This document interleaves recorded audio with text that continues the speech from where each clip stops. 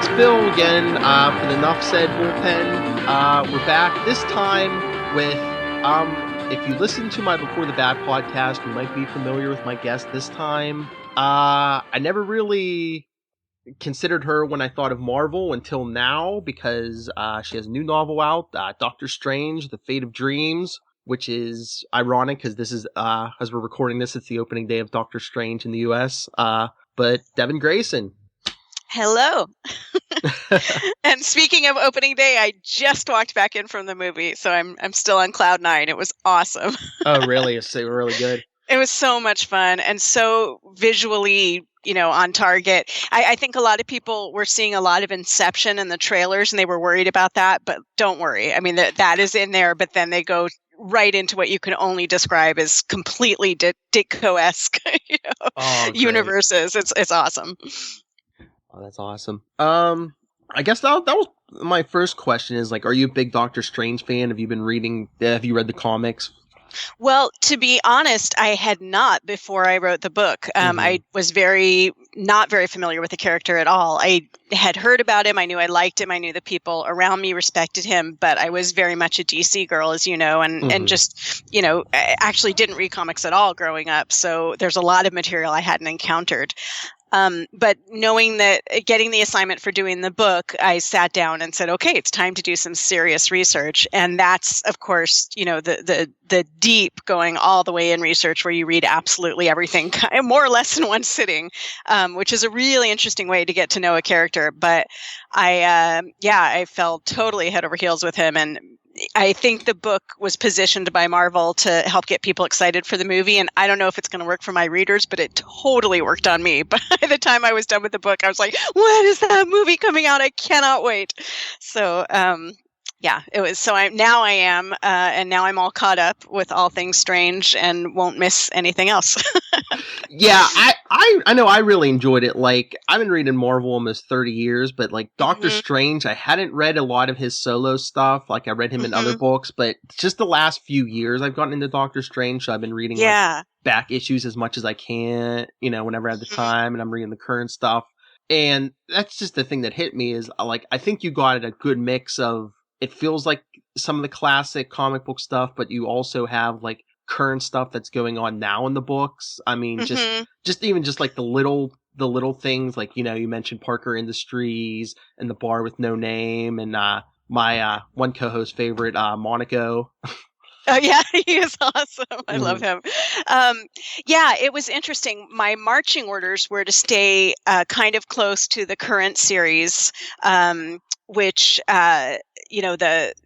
the Jason Aaron, Chris Bacalo run, which is going on right now. I think we're in Blood in the Aether. It's a great series if you're not reading it. And so I started there and then backed up. And it took me a while to get all the way back to the initial source material, the Lee Ditko run that introduced Strange. But I was actually pushed in that direction by an essay I stumbled upon by Colin Smith over at SickWetArt.org. And it's this amazing 12-piece essay that just goes really into Strange and what makes him special. And it really makes this great argument for how important that source material is. And I guess to some extent that's always true in comics, but it's less true than you think. Like, if you really want to understand Batman, to be honest, I don't know how much you're going to learn by going all the way back to the 40s. Like, he's changed so much over the years, and the things that we really associate with him is this culmination of material that's come from different media, different decades, and the Batman that we have now. I don't know that you could go back to a 1939 comic and find everything you needed there.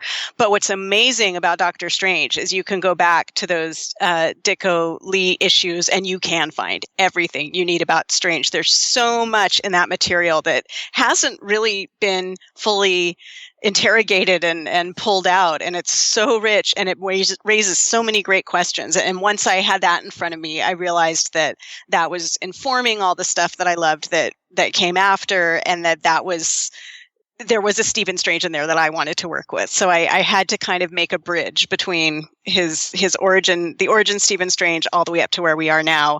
And how do you make that a complete character and a complete life story? Which is kind of how I tend to approach characters anyway. Yeah, that was another question I had is how like what kind of notes did they give you? Like, did you have to hit certain characters or points? You said to try to keep it close to the current run. Yeah, and it was sort of the opposite. It was more this long list of things I couldn't use and shouldn't touch on, and that had mostly, I think, to do with staying out of the way of the movie. None of us knew at the time when I started writing the book precisely what was going to be in the movie, and we didn't want to contradict any of it, and we sort of knew that they were going to take some elements and build on them, and we didn't want to step on that. We just wanted that all to remain plausible. And but the list of things I wasn't supposed to touch on became kind of overwhelming. Like, no Clea, don't mention what year he was born, don't really go into his origin, don't talk about the Ancient One because of the whole gender swap in the movie. And as I started looking at this list, I was like, well, but then you're writing Dr. Vague, you have to have something of the character that's recognizable. And so actually putting the book in the dream dimension allowed me to do that and gave me space to pull in all those elements in a way that didn't at all, threaten or undermine the movie continuity. So I was really glad that realm existed. It really helped me out. Well, yeah, that was my other thought too. I was like, oh, when you do something like this, like a book or something, right close to when the character's gonna have a movie, do they give you anything about the movie? They're like, we're gonna do they tell you to not do it. Don't do anything from the movie. Okay, so what's in the movie? Well, we can't tell you. Wait, what? But that was exactly what I was facing. Don't step on anything in the movie. We don't know what's in the movie. So, you do the best you can. But actually, I think it worked out just fine. They sent me a... I guess it's the official encyclopedia entry on him. And Marvel, I've seen them from DC before, and they tend to kind of redo them every 10 years or so. And the Marvel one that I saw, they actually never took anything out, but they would build on it, as new information came to light. So it was long and dense and filled with information, some of which contradicted itself. And, so much facts and data and details, but nothing in there that sort of tells you why you should care about the character or how to get to the core of him or what the experience of reading those stories are.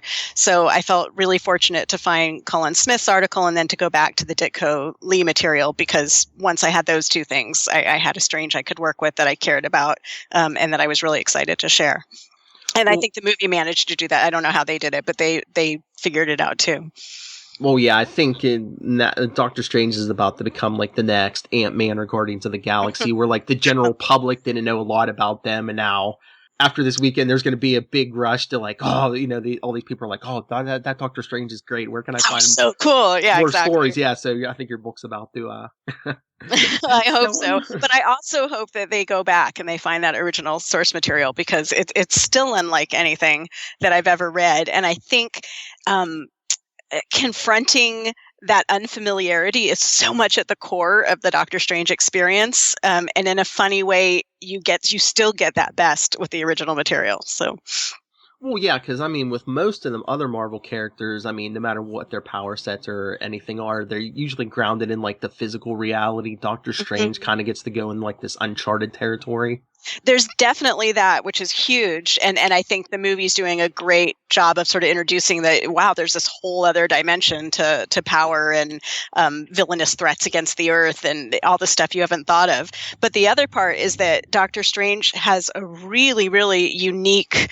the whole way that he came about is not what we're used to. We're really so entrenched in the hero's journey these days as the structure for a character. But Stephen Strange... like that part of his life has already happened before he becomes the Sorcerer Supreme. We're dealing with a grown-up who has already gone through the kind of catharsis that we're used to seeing, characters like Spider-Man or whatever, the angst that they're working through every time we encounter them. That's kind of in this character's past, which is really different than anything else in a way I found very compelling. Yeah, that's the other interesting thing is he's not like the Peter Parker. I don't know if they ever go into his age really, but yeah, he is like already a grown up and an adult. He had a successful career before, he discovered, he got these abilities and. Yeah, exactly. And that's really different than what we generally see in the superhero set. or as you put in the book, it's like, it's magic. Anyone can learn magic. Mm-hmm. Yeah. And it's this, that was the other fun thing about writing the book. his life. It's the basis of absolutely everything. And unless you can create a kind of metaphysical reality that includes it, you can't do anything with the character. So the first step to working with him is to figure out, well, what is this force that we're calling magic? And how is it permeating everything? And how wide ranging is it? And I think both the initial source material in most of the comics that I've read and even the movie do a great job of clarifying that, well, it's huge and it's dangerous. And there's such the universe that's out there is really kind of predatory and out to get us. And if there aren't guardians at the gate, we're in big trouble. So, it's sort of not how one usually thinks about magic. We tend to think about it in smaller, more personal terms, but this is cosmic magic. And I really loved playing with it. So literally just coming from the movie, did you see why they said not to touch on certain things where you're like, oh, okay, that's why they didn't want me to? Well, yeah, I mean, I could kind of figure that out beforehand. Like for instance, the gender swapping of the Ancient One. So I managed to have the Ancient One in the book, as you've now seen, I just never mentioned gender at all. So, that could be the male Ancient One that we're used to, or it could be the new character from the movie. It doesn't really matter. But the Ancient One matters to Stephen a lot. That's probably, I'd say that's definitely the most important relationship in his life. So I really couldn't figure out how to do the whole book without touching on that character at all. But yeah, you wanted to leave room for them to introduce all those people the way they're going to see them. And I totally get it. But it was difficult. I'm trying not to spoil too much about the book, but I'm doing the same thing with the movie. I'm like, wait, how do I talk about this without? Yeah. But no, the thing that interested me was like the stuff with his family, specifically his sister, and I'm like, I couldn't remember. I think they might have mentioned he was from the Midwest, but have they ever gone? Was that in the comics, or did you come up with the whole thing with his sister? That's all from his history, although I think they're late ads. I think it was the 90s. There was a story where going back, into his past in Nebraska, where his sister dies. And then there was another story about his father dying. And then kind of right on top of that, there was the story about his brother dying. And I don't think it was all the same writer. I'm pretty sure it wasn't. But it ended up creating this, this cascade of tragedy in his early life that was really interesting and had to be touched on. Although narratively, I'm not sure it was even necessary, because he creates his own difficulty and issues that he's having to overcome in his adulthood. But it was there, and it was really good material to work with, especially in the nightmare dimension. So I wanted to kind of reshape it into something that made sense to me. Wow, that's amazing then, because I mean, if the whole family thing wasn't from one writer, like I said, I couldn't tell if it was you or if it had been in the comics before, but it seemed like it was like one writer had written that whole story. I was like, I guess it's possible. I wish I knew. I read everything so fast. Like I know who all that was somewhere in the Stern, Gillis, Englehart, somewhere in there, but that's 20 years that I just jumped over, and I can't remember quite who pinned it down.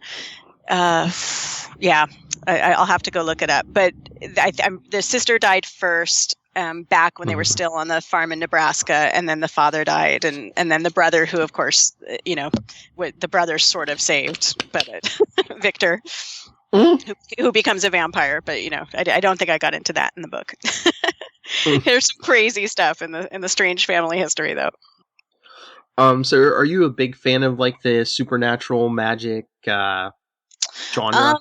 No, not generally. Okay. I liked this because I'm a big fan of cosmic scale stuff, and I really love Eastern philosophy. And there's plenty of angles there to enter this, but it isn't. Well, I guess I'm saying that, but actually, I've been working on a novel project for a couple of years now that is about a ghost hunter. So that obviously goes into that territory. I'm interested in, I guess, death and our limitations and the crises that we encounter as mortals with so little control in a pretty apparently indifferent universe that's also incredibly beautiful. Like I completely understand the conceit of magic, and the allegory of it is a beautiful and easy thing to work with. Easier for me actually than superpowers. It kind of makes more sense as a way of dealing with story and characters being able to encounter things that they couldn't otherwise encounter. So I take to it pretty fast, but wasn't a part of my literary or real life. I can see that because I could see just it's so many times in the book you came from it as like, yeah, Stephen Strange is the Sorcerer Supreme, but before this he was a man of hard science. Yeah, I think he's still a scientist, and I think for him, magic is an empirical reality. It's not something, it's objective magic. It's ethical. It's sort of an expression of virtue rather than a tool. But there's no question in his mind that it doesn't exist. Obviously, he's been to the realms where it rules everything and pulls everything together. So, he had to make sense of that scientifically, and I think in his origin story, it's sort of implicit that he actually figures that out first and then learns compassion and develops the philosophical part of that we would normally think, first you're enlightened and then you learn power. I think he actually kind of figured out the power of it and what it could do, and then started to thaw out and warm up, which is, again, not what we're used to and very interesting and compelling. Okay, so what I think you're saying is like, okay, he can't use like a scalpel anymore, so he discovers the ways of magic, uses that as his tools now, but then he learned to love it later on. Yeah, or even that it's really knowledge that pulls out the empathy in him instead of, this deep empathy allowing him to gather knowledge. And usually that's how Eastern mysticism at least is approached, that you kind of empty your mind of everything and you just become soft and accepting and open, and then you start to understand things. And I feel like he kind of went in backwards, which I love, that he was like, oh, okay, wait, okay, there's this whole thing out here and it can be mastered and I can understand it and it's demonstrably useful, and so I want to learn all this. And as you start learning it, you sort of can't help but start caring about all the people it affects, especially for him, the Ancient One, when the Ancient One's attacked in his initial origin, or in any version where he becomes protective. I think protectiveness is something that comes to him late, and as a result of having, I think, someone like Spider-Man already cares about people and then develops this power that allows him to, put that worry into action. And for Strange, it was kind of the other way around. He really did not care about people and he had this power. And then it was like slowly through that, he started to learn empathy and sensitivity and connection. The connection, maybe that's the key.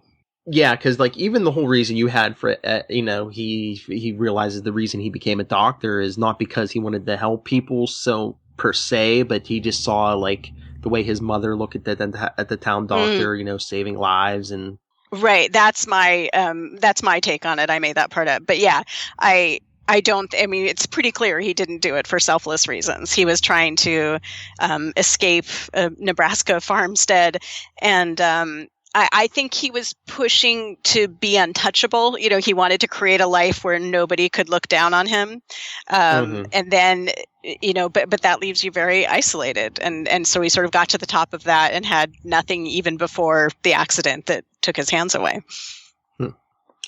But I was surprised that you said you like, the supernatural stuff wasn't like your number, you weren't like a huge fan of it, but because a few years ago you wrote a Ghost Rider miniseries. Oh yeah. Mm-hmm.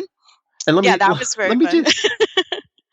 Let me just tell you this miniseries has been the bane of my existence. I love I love Ghost Rider, and I read everything Ghost Rider I can get my hands on, but for years, whether going to the store, even going online, I mean, Amazon, wherever, I tried to find this and pay in it was your graphic novel or the yeah or no, I in my many years of reading comics, like eventually I can find everything. This is like that one. This is my white whale. I cannot find this anywhere. Do you still not have it? No. Oh, okay. Okay. We will take care of that after this. All right. I will help you out. But the art in it is great. Trent Kanuga did it, and it's really beautiful and interesting. And yeah, and I loved working with that. And that's it's from the same universe, obviously, but it's a different kind of magic because it's so tied into hell magic and vengeance specifically, and the spirit of vengeance. So I do like it. I guess what I meant when you were asking, was I a fan of it? If I'm reading stuff outside of my job and stuff, I'm not probably, I'm not reading all the Harry Potter books religiously or something like that. Though I do love magic realism, which is a fiction that is mostly completely normal, but occasionally there'll just be a wild element that's thrown in that isn't really explained, like Mulan Kundera. It's almost absurdist or something, and I do gravitate and love that stuff.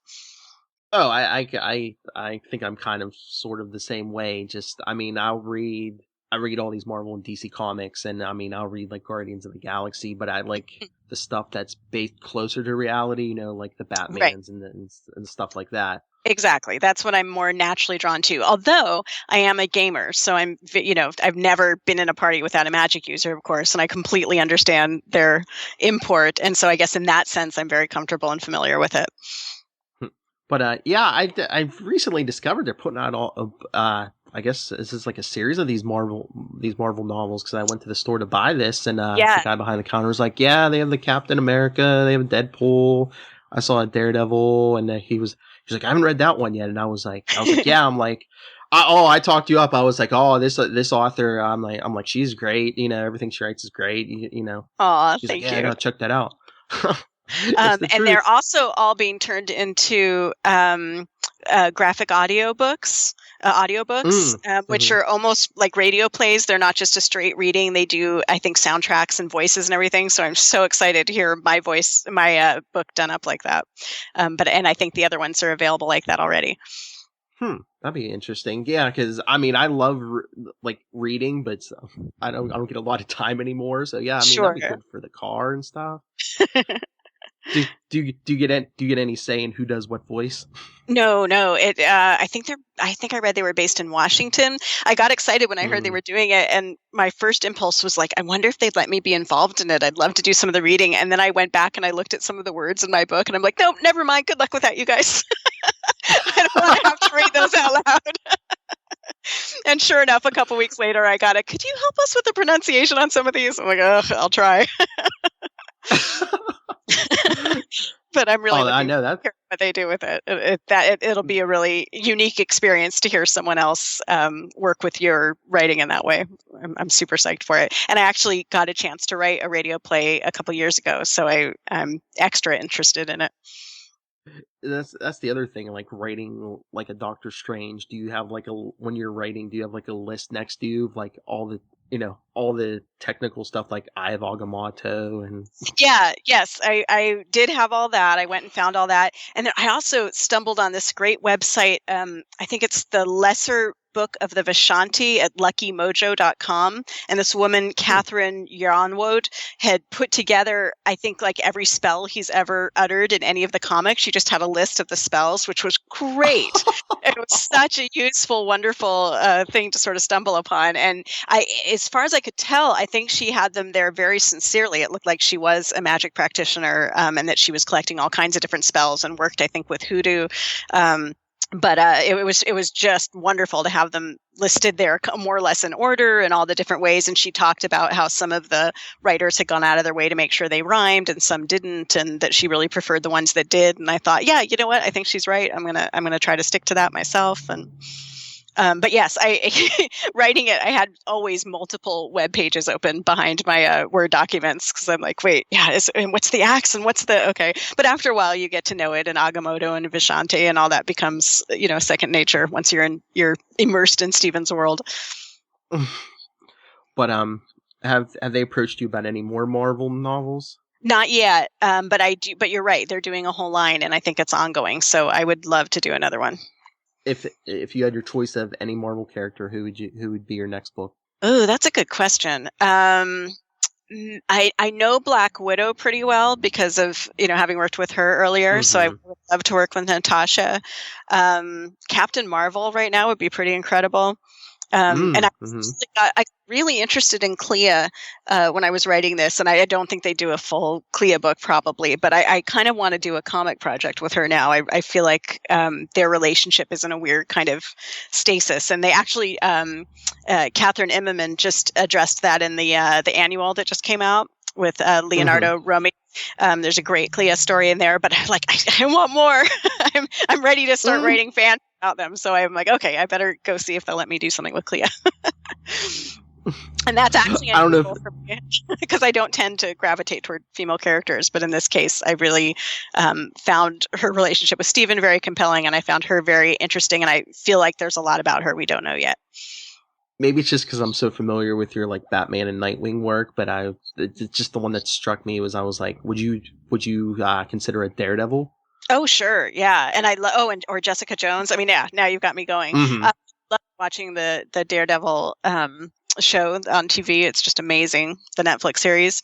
And Jessica Jones has been really fun too. And yeah, there's really there aren't any bad Marvel characters. So no matter what you get, it's going to be fun. And for me, it's just a matter of, do I already know them or do I get to dive into that juicy research again? And either way, I'm fine. Let's see. Although my family may not be for another research dive like that. I get very upset. Just suddenly everyone's, oh God, are we still talking about Stephen Strange? Yes. Several more months now. Sorry. It's kind of like falling in love, though. You know, you uncurl all these things about someone and dive so deeply into their history and what they stand for and what their issues are and what kind of corners you can push them into as a writer. I think for me, have you finished the book? Yeah. Did you tease a theme out of it? Any sense of what the theme might have been? It's totally fine if you didn't, because it's very confusing and there's a lot going on. I'm not sure. I was looking at trying to look at the relationship between fear and acceptance, that we sort of think of the opposite of fear as being courage, but it isn't really courage. It's accepting what's happening and going on anyway, which is at the heart of bravery, right? So acceptance is almost the precursor to courage or bravery. And so I was sort of trying to play with that when I sat down. That was what the Stephen Strange and Nightmare brought up for me in terms of ideas. So I got really into that, and then the dream dimension was just such a great place to play with that. Oh, I know. I love the dream dimension, because when they first went in, I was like, oh no, watch, they'll be out of here in 2 seconds. But no, I was like, oh, this is great. It was sort of, as I said earlier, the only place where I could work in all the stuff. I was point blank told not to use Clea, and I'm like, well, but I mean, if we're in the dream dimension, it's not really Clea. They were fine with it and very nice about it. So everybody got to be in there. So you said the movie is excellent. I loved it. I mean, it's not 100% perfect. It's a complete flunk on the Bechdel-Wallace, of course, but we sort of knew it would be. But it's really fun. It's visually beautiful. The performances are great. It's got a really good soundtrack, which Christy Blanche sent me. So that was a lovely present I got in the email the other day. And I think the story's good. My mom was telling me she was reading early reviews, and she said, yeah, they're not liking the story, but I'm not quite sure what they're talking about. I think they hit all the main themes, including the thing I was most afraid they weren't going to touch on at all was his diplomacy. But that actually plays a pivotal part. So I was very happy to see that. Because he doesn't just fling around magic weapons. You know, he spends a lot of time positioning Earth's survival in the middle of this very hostile universe. That's a big part of what he does. Do you think it's just because maybe this movie is so much different than the other Marvel movies that have come so far? Maybe, although I really liked that. I found it refreshing, and I don't know if it's because I don't know. I sometimes the battle scenes toward the end get a little bit wearisome for me. The Civil War especially, I was just like, okay, yeah, all right, can we stop hitting each other and have something happen? But this one isn't like that because it's a magic battle, so it was just absolutely fascinating, and the stakes are so high and immediate and interesting. You know, when things change on a magical level, you're not just talking about death and destruction, you're talking about potential disruptions in time, space, fabric, and the whole continuum of reality. And so I found that more edge of your seat stuff than the typical slugfest. Oh, I can't wait for tomorrow. I go tomorrow. Are you seeing it tomorrow? Awesome. Yeah. I'm sure there's an end credit scene, at least one. Yes, there's two. They do it the way so the first one is the sort of hero setup, and then after the rest of the credits, there's the villain setup. Both are very well done. So yeah, stay in your seat. Any true Marvel fan should know that by now. Yes, exactly. Yeah, you weren't going to go anywhere.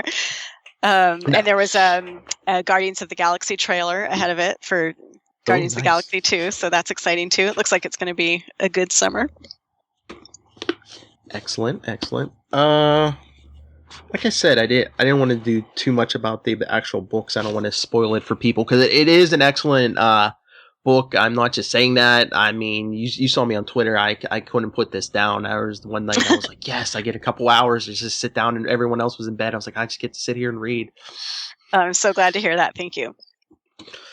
Well, yeah, that's what I said. I hope about it without I think most people haven't read it yet, and they haven't seen the movie yet. So, what's your favorite Strange comics from going back now that you've been catching up with him? Like I said, it's all a big jumble because I've been reading it all like in the last few years. But I did like some of the '90s stuff. I don't know if you in your research did you see the story? I think it was towards the end of Doctor Strange, Sorcerer Supreme, where I don't know if he was dying or losing his powers. I'm trying to remember, and he kind of had to split off like.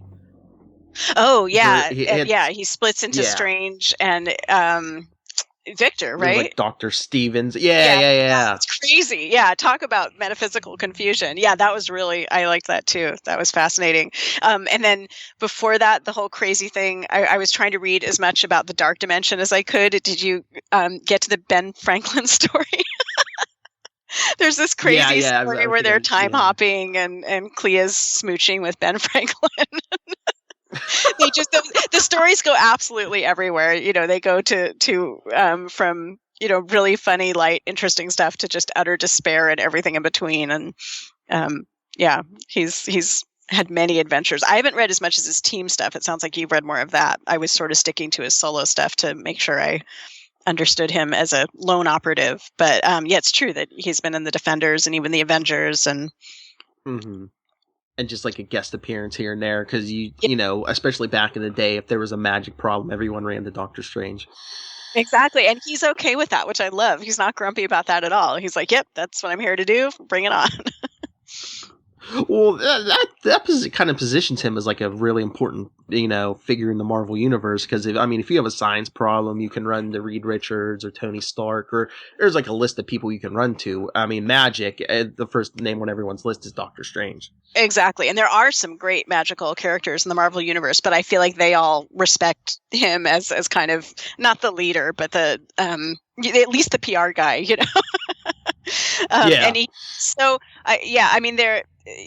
he's dealing, again, I keep coming back to the word cosmic, but like he's dealing with things on such a huge level, and the threats to the earth are so beyond the kind of stuff that we're even aware of in our day-to-day existence, and he has to worry about that constantly, you know, invading interdimensional armies and Dormammu, you know, entire dimensions intent on our destruction or assimilation, and that's a lot he's not pulling rabbits out of hats, our Stephen. I think that's all I had. Okay. Just thank you very much. What projects are you working on right now? I don't know what's next. I'm still getting this out there, and I have a couple things that people were getting back to me on, but I don't know what the timeline is, so I don't know which one's coming next. But it could be superheroes, or it could be pirates, or it could be ghost hunts. So all I gotta say is for next project, Marvel, give her another novel. I would love that. I'm very happy writing prose. It's a great way to really be able to get deeply into a character's head. Let's do it again. And I hope you enjoy the movie tomorrow. I think you'll have a great time. Oh, I will. And any social media you want to share? Where can people? Oh, I'm at DevinGraysonCentral.com, and I'm on Twitter as Gothamette. Gotham ETTE, and I have a Devin Grayson author Facebook page, though I don't do too much there. But all right, fans, let's bombard Marvel. Let's get her some more novels and give her reasons to read a lot more comics. It's the best job perk in the world, right? No, I'm sorry, I have to read this for work.